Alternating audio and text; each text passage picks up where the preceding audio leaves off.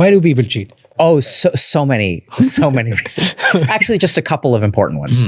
So like you're at work and you have this like positive interaction with someone at work and you get rewarded. You guys are kind of like, so you get these positive interactions and then you go home and you get nagging. You go home and you have problems.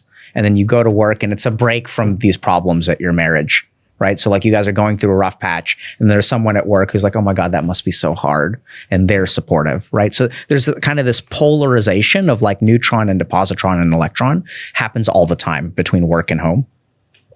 I think, I absolutely think, the person who gets the worst version of me is my wife. I also get the worst.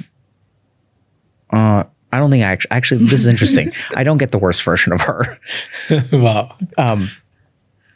But I wonder if that's because I'm just better at managing her than some people in my family.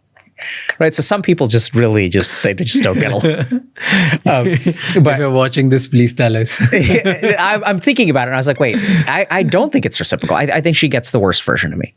But I think we're sort of, I hope we're okay with it. But she also gets the best version of me. So I realized some time ago that this happens where, I'm coming here to this podcast and I'm smiling and like, oh, but there's a part of my brain that's getting exhausted. And when I go home, she's been just so supportive because when you do this stuff, I don't know what you're like, but I'm like wiped when I'm done with this. And so she'll get the most tired version of me. She'll get the neediest version of me and things like that. And then noticing that I think is really important because then I want to give her the best. So we did this thing. I love it. I think it's a great idea. So, Christmas Eve and, there's like Mother's Day. Yeah. So my daughters and I, we invented a holiday called Mother's Day Eve. Okay. Which is like the day before Mother's Day. The night before Mother's Day, we're going to stay up all night and we're going to celebrate Mother's Day. How sweet. Yeah. So we did this thing where she was like so we planned the day and then, when she came home, she was like in the bath and stuff. And then we set everything out and then we celebrated. We had a party. That's also where I learned, I used to think I don't like parties. I love parties. What I don't like is people. I don't like the people who come to parties. What's great is to have a party just with the people that you like 3 people, like wife and your 2 kids. It's awesome. It's so much fun. You order all of your favorite food. You don't have to worry about this uncle is coming and he's allergic to this. You just get all your favorite food. It's great. So I try really hard and I think people should too. Like we take our relationships for granted. And I think it's okay to give your spouse the most unregulated version of yourself. But we shouldn't just accept that, right? So I think it's okay that like when I'm my most authentic, vulnerable, angriest self, like I can do that with my wife because she's a part of me. We're partners. But then we absolutely need to be intentional about making that up. Right. So if I'm putting her through that, she deserves the other end as well, more than anyone else on the planet. So I think I try the hardest to make her happy because she's the one who like makes this possible. Like in a very practical way. Like she's like watching my children right now and I'm going to be exhausted. She's going to be stressed out because she's been watching my children all day, or her children too. But and then, she's the one who, if I tell her like, hey, I'm tired, like she's gonna. And so for that effort on her part, I want to make it like worthwhile. There's a thing called mother's touch starvation. I've not heard of that, but I'm intrigued. Say more. Okay.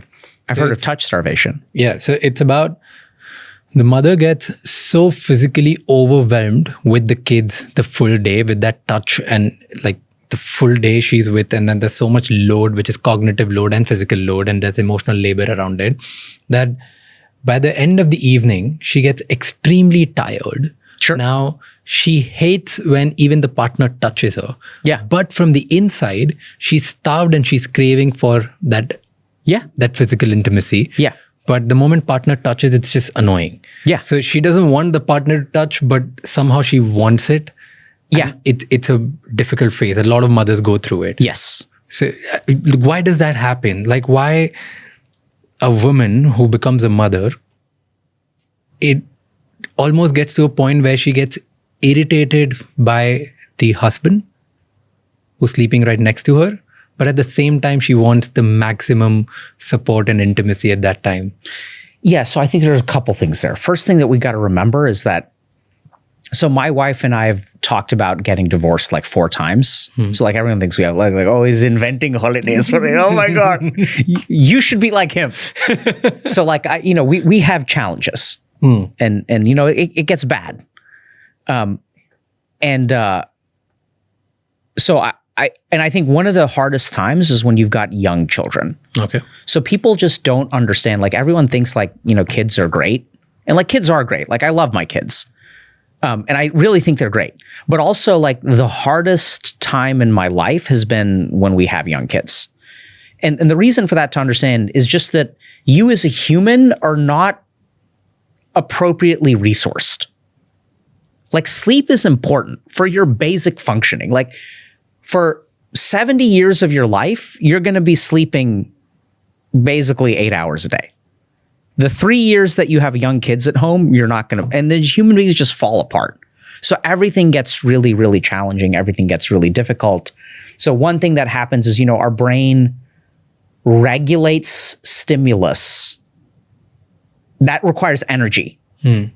So I'm just thinking about my own relationship. So like I burp and it really annoys my wife.